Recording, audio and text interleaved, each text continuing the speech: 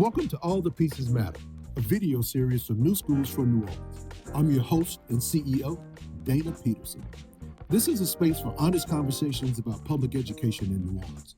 What's working, what isn't, and what it actually takes to get it right for all kids. In each episode, I'll sit down with leaders, educators, and community voices to explore both the successes we're building on and the hard questions we still have to answer, from student outcomes to long-term sustainability, because if we're serious about getting it right for students, all the pieces have to matter. Good morning. How you doing? Dr. Jaquil Ross. How you doing, Dana Peterson? Or should I say Professor Peterson? Professor Peterson, Yes. to you.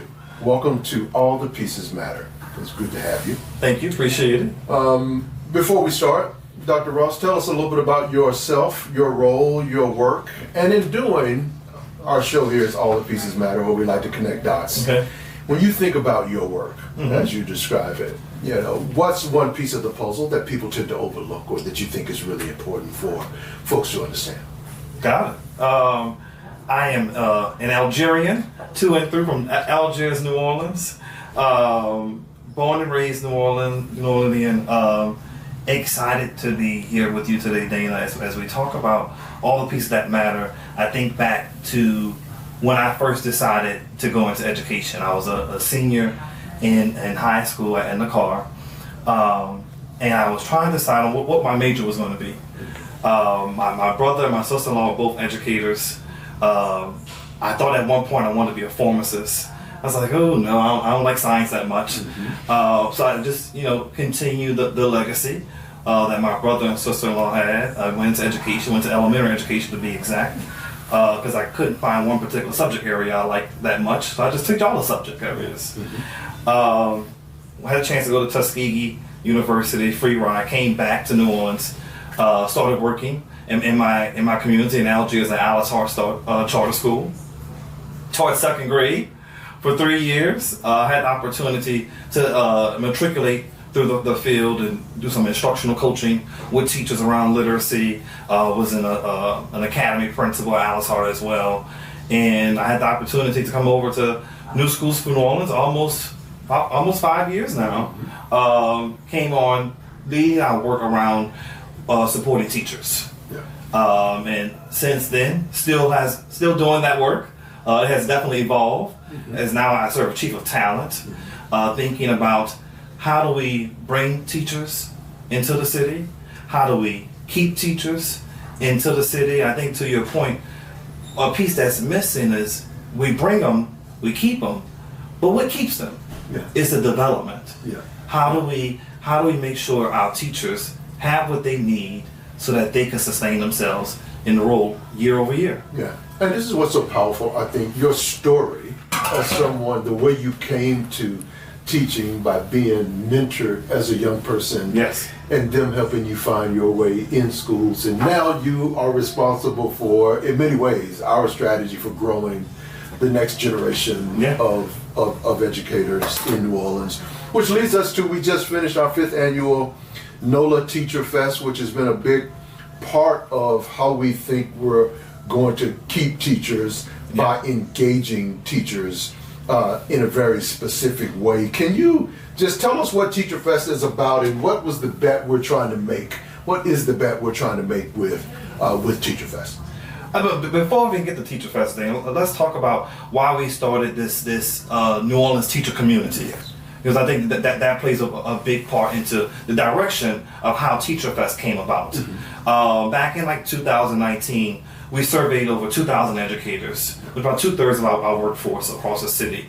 And through that survey, they told us a few things.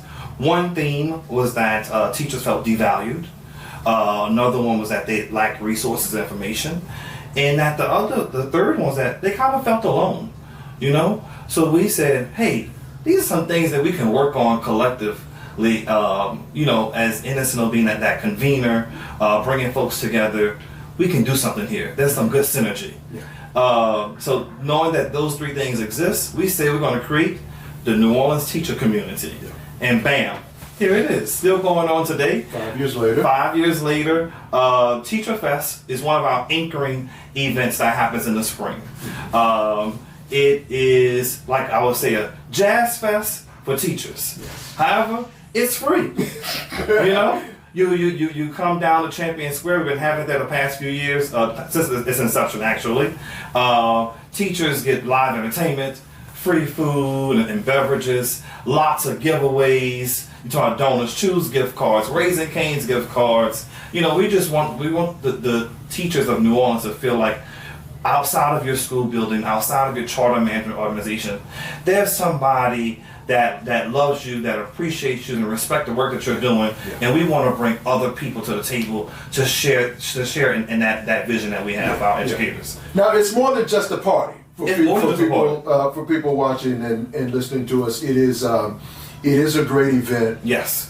It definitely is a party. Yes, it for is. teachers, and teachers appreciate that piece of it. Yeah. But it also serves as something larger for the New Orleans teacher community and the greater New Orleans community in terms of what we intend to get from throwing this party or event for teachers. Talk a little bit about what your expectations are, how it's grown over the past 5 years, and what can we look towards in the future? Yeah, well, one of the things we aim to do through the Teacher Fest year over year is to make sure teachers feel valued and appreciated. They feel seen and heard. You know, so we're constantly taking feedback after each Teacher Fest. So like, how can we make this bigger and better? When you think about the first Teacher Fest, we were preparing for 600 teachers. Right. And then the week before, the RSVPs, they just kept going up. They kept going up. Right. And we told the Superdome folks, hey, we think we're going to expect about 1,200 folks. And we were almost there. Almost there. And you talk about in year 2, we then went to about 600 teachers. Year 3, almost 1,800 teachers. Year 4, 2,300 teachers. It's growing. It's growing and growing. The appetite is there. There's even retired teachers like, well, I wish I had something like this. Yes. When I was teaching. Yeah. Or teachers in surrounding areas. We hear from a lot. There you go. Why can't we come? Why can't we come? Why y'all won't let us in? Now, what do you think Teacher Fest is speaking to, and what's specific about it from a cultural perspective? Yeah. What's specific about it in how it frames up and fits into New Orleans culture? Yeah, so Teacher Fest, we intentionally did it at the end of the school year to serve as this culminating event for all the hard work our teachers have been doing each and every day with our students. They're in quarter 4, they're finishing up LEAP testing, Right. They're getting ready for summertime, Ready to let their hair down. ready to let their hair down, and we're saying, hey, come be a part of this. Come and show your face at NOLA Teacher Fest. Let us treat you with with the care, the pride, and the respect that you deserve. And we're gonna do it in a big way. That means that we're gonna make a big party out of it. We have live entertainment. Last year we had Juvenile.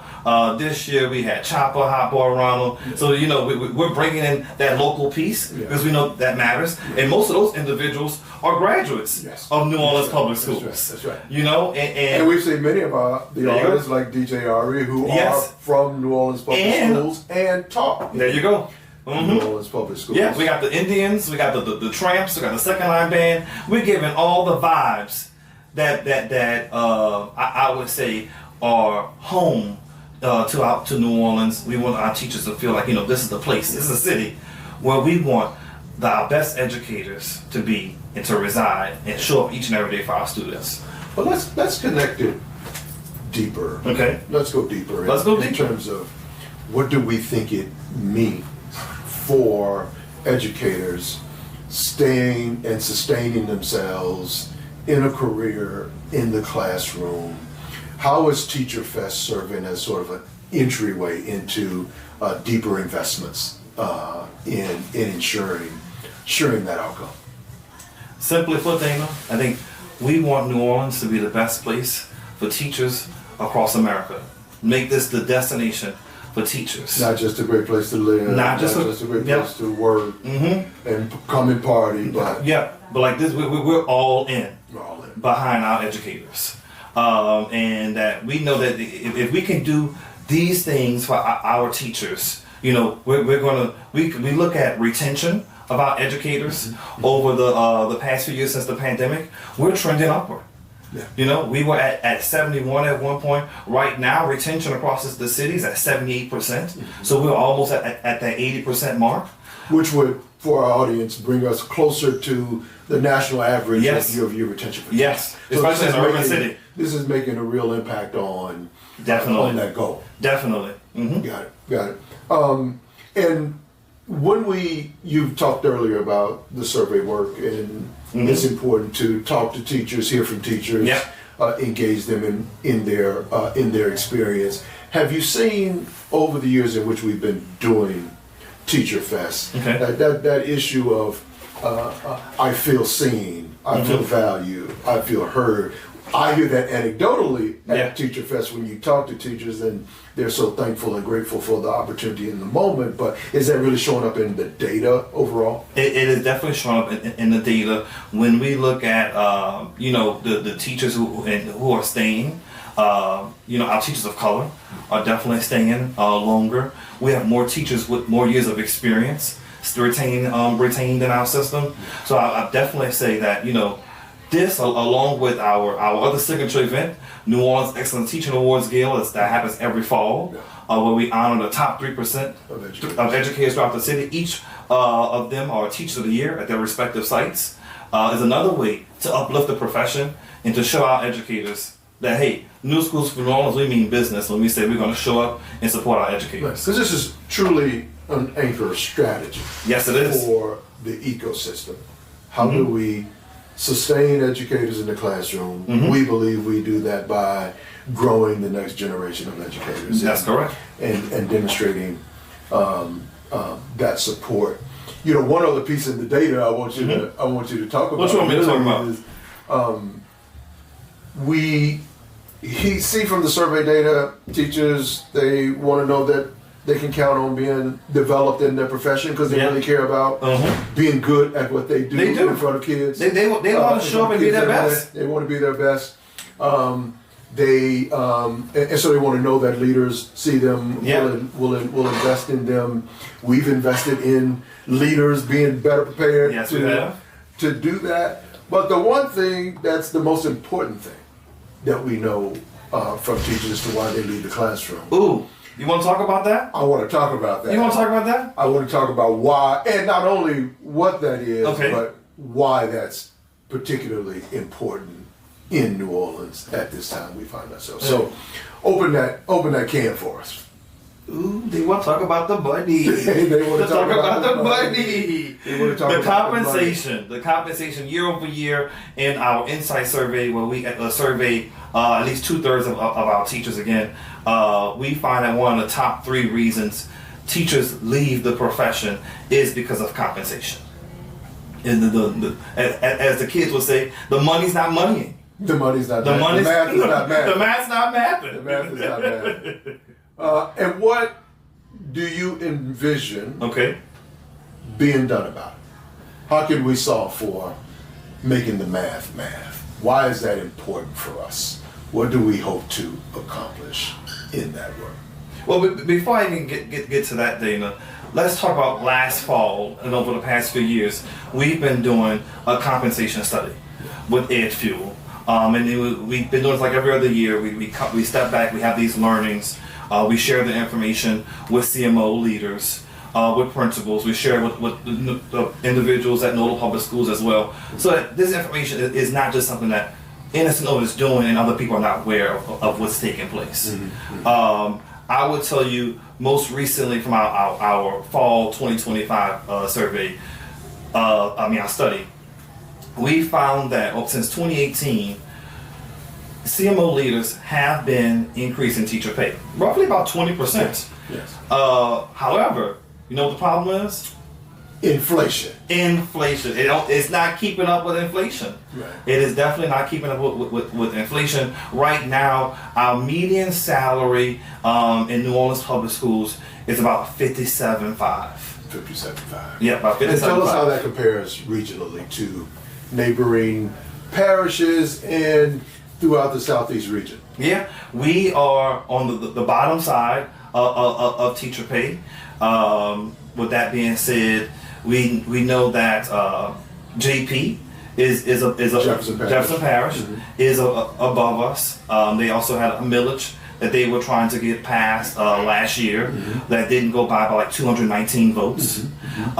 We also know that would have raised teacher pay. To 61,000 beginning teacher certified pay in Jefferson Parish. 61,000. And that's important here because it would have immediately put us, New Orleans, behind the 8 ball at a critical moment when, and I just want to get this out, New Orleans has been narrowing the gap between what the average young person in New Orleans has access to and achieves and what the average kid across the state has access to and achieve. And we've had tremendous success in that, particularly over the last 5 years.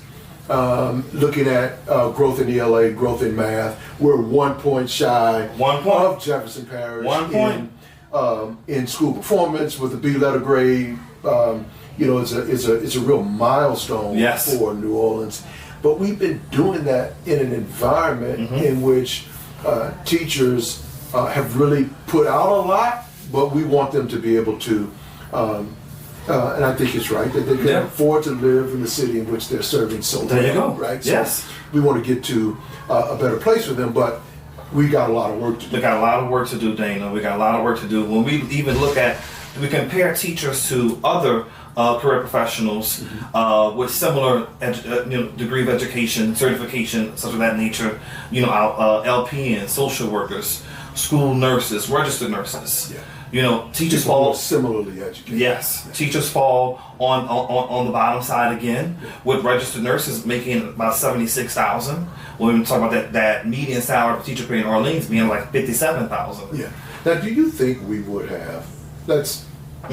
If Jefferson Parish had been successful in raising its teacher pay, and plus what we know about other cities in the region, Houston, Atlanta, who have done a lot of recruiting in New Orleans. Right in our backyard. Right in our backyard of teachers. We had billboards up in our city. That's right. Do you think we would have lost a significant amount? Definitely. It would have put us behind the 8 ball. It would have put us behind the 8 ball. We already know that, we've been having this transition of teachers between Jefferson and Orleans. You're talking about for at least anywhere from like $3,000 to $7,000. Right. Teachers are moving, so the money matters to folks. Right. People have families, they have bills that they have to take care of. The livelihood matters. So I think we look at immediately within our region, yes. And you're talking about the Atlantas, the Houstons, the Dallases of the world. They're coming for us. They're working on this. That's right. The teacher compensation is important here because we want teachers to stay in the classroom. We want them to get better over the years in their craft, in their skills, because we think it'll yield greater academic outcomes. That is the connecting of the dots here. That's the equation. That's the equation. Let's put some math on it. Let's put some math on it. That's the equation. We think it will yield greater academic outcomes at the end of the day. Keep us on that positive trajectory. Trajectory that we've been on. And we're talking about, I think you mentioned this earlier, Dana, for black and brown students, disadvantaged, economic disadvantage, who are furthest away, we want to make sure that they have the best of the best in front of them each and every day. And we see who those folks are, what they look like. That also matters. Yes, the that demographics. Also matters to outcomes for kids. Them being able to see themselves and the possibility of exactly. We're at right now 73% teachers of color across the district. Talk about how that's grown over there. Yeah, you're talking about that was not the case. I would say 20 years ago, post Katrina. We had a large influx of educators through TFA and other organizations, but now we're chief talent officers, CEOs. We're recognizing now that local homegrown talent is where we're going to get our most bang for our buck. And I think that's kind of also helped us as well with starting the Grow Your Own program that we have operated inside of 9 high schools right now. We're introducing high school students, juniors and seniors, to the education profession and what this can mean for them. One of the most promising, I think, bets we have put on the table right now in terms of how we're going to grow the next generation of great educators in New Orleans is really looking inside of high school. We were just last week celebrating, having a year-end celebration with those students. and looking forward to sending them off to college and hopefully them landing back here Yes. in the classroom in New Orleans. Can you talk a little bit about like that experience that those young people are having in the classroom, and you know what's going good there, and then what's missing in that plan, in that strategy to make sure we ultimately land with teachers of record in the classroom, if you will, at the end of the day. Got it. I wish, I'm gonna say this, I wish they had a grow your own program when I was in school. Right. You know, because well, you were grew organically. You were grown organically. Yeah. You were grown organically. Definitely. Yeah. But we're inside of 9 high schools, as stated before. Students are having the opportunity to go to a neighboring, nearby elementary school. Mm-hmm. They have a mentor teacher there, where that they're working with them. What does it mean to be like a co-teacher? What does it mean to pull a small group of students? What does it mean to do tutoring for one-on-one support of that nature? So they're getting on the field experience. Right.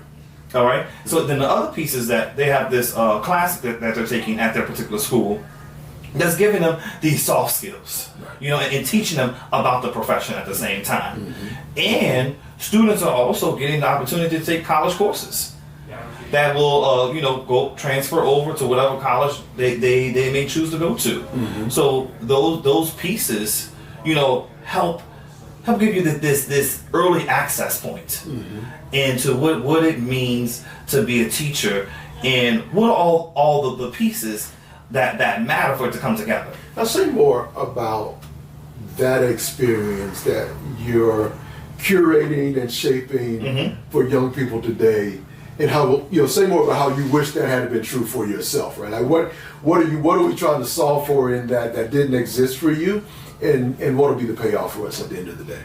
Yeah, I just think that one of the pieces, because I did a program similar in high school, but it was just, I would say, a very watered down version. I didn't get the opportunity to go to a nearby elementary school, to work with youth, and that, think about it.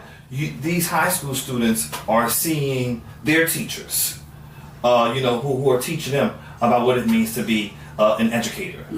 And now these, first, second graders, they're seeing high school students working with them, pouring into them. Yeah. So, it's like, yes, we're getting, the high school students interested, but like we're also starting to see where, we're planting those seeds early into some of our other youth in those younger grades, seeing like, this person's working with me. I got this. I didn't know that word at first. They helped me sound it out. I can blend it together. I know what it is now. So that piece goes a long way with a child. That someone's investing in them. Yeah. And their added benefit, of course, there is potentially academic outcomes. There you go. Are enhanced for younger students by way of the tutoring and the sharing, and then that connects back to the high school students sort of seeing the fruits of their of that commitment, fruits of that labor, that would further encourage them. Yeah, then we've even had a few students at KIPP and at Warren Easton who have gone on to Grambling State University to the Call Me Mr. program.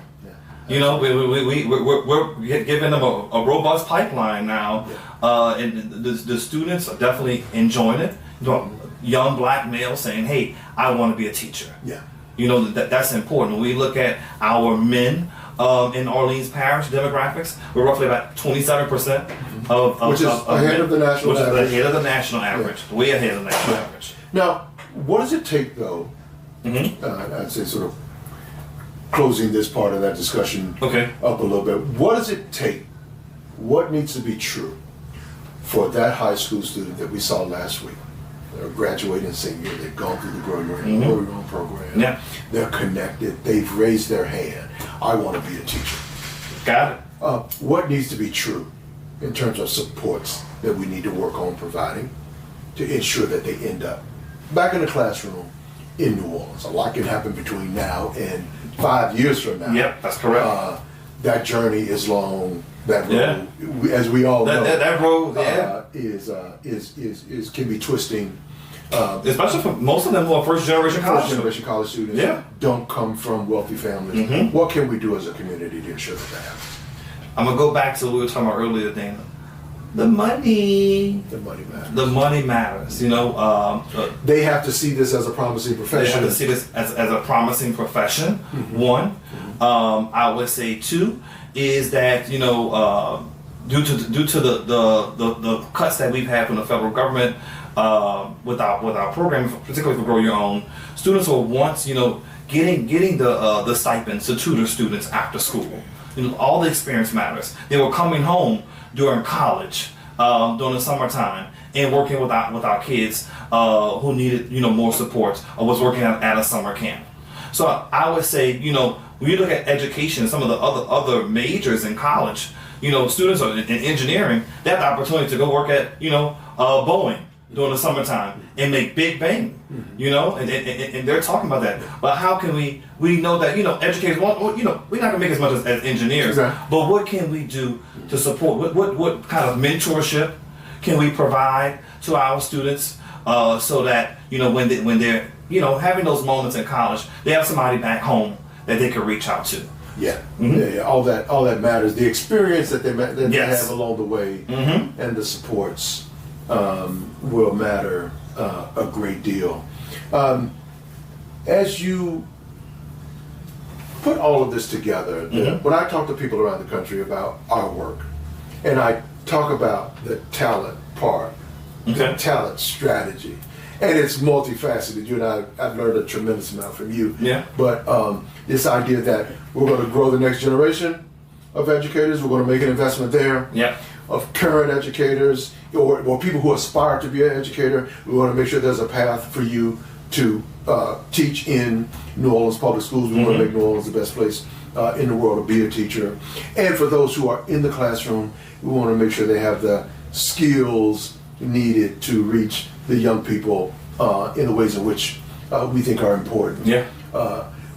People are ultimately like, wow, that's a lot. That's a lot for any one organization to really take on, much less do the other things that we're invested in. As you think about your stream, that talent work, all that I just described, how does it connect to the other pieces for you, the other pieces of our work, the other pieces of the education ecosystem in New Orleans? How does that matter? How does that connectivity? How do you think about that? I think I'm going to start off, Dana, with one thing we said earlier, that we want strong, great schools for every kid in New Orleans public schools, and that begins with the human being, the teacher that's in front of them each and every day. Mm-hmm. The teacher's going to work their magic to make sure the students get what they need. As you said before, they want to get better. They want to know about the AIs. How do I use this? How do I, make sure the students are using it in a safe and appropriate manner? So, what does development look like in that area? I'm also thinking about too, Dana. We've been talking a lot about sustainability mm-hmm. of schools, mm-hmm. and when schools are not at their full maximum potential, bodies of students. Mm-hmm. That hits other areas. Yeah. The number of interventionists you can have, the program offerings that could be inside of that school building. So I think when we talk about healthy whole buildings, and we talk about the kids that are in front of that are there, the teachers that are in front of them, and I think as we continue to do that work around healthy and whole schools, we think about how our teachers, in particularly, are at the center of that. Yeah. As we do work to right size the district, we're making sure that our teachers know that they feel seen and heard, mm-hmm. and that we're going to continue to take care of them. Yeah. Dr. Ross, I'm going to, as the former host of our radio show, Talk uh-huh. That Education. Yeah. I'm going to flip the script on you. You used to ask me when I was a guest on your show, what's the one thing mm-hmm. that gives you hope mm-hmm. about New Orleans. Yeah, it and is. education in New Orleans. So now it's your turn. What's the one thing that gives you hope? As the students would say, look, I feel like you got me. They would say, got him. Got him. Got him. That's a good question, Dana. I think my one hope for the city of New Orleans is that they see the youth and our teachers. Our teachers are the backbone of our communities. Yeah. I want people to know that our teachers are the backbone of our communities. Yeah. And as students receive, quality education, and as they mingle with their peers, they get to know more about themselves and the people who care about them each and every day, that they see New Orleans as a place that they could return to, Right. where we could have jobs. Right. Doesn't have to be in education, but they can see themselves pouring back into the community in which they were raised and born. And this is a meaningful profession towards the development. We don't say this enough, I believe, in Connect the Dots for people. The future development of this city, Yeah. in large part, depends upon the quality of teachers in front of kids. Yes. Every day. In fact, I say if public school teachers in New Orleans were to hook arms together, it'd be the most powerful group of people. Yeah. In terms of what it means for outcomes. What they do every day matters as much as what anybody else in our community is doing. Dr. Ross, thank you so much for this conversation. Thank you. Appreciate it, Dane.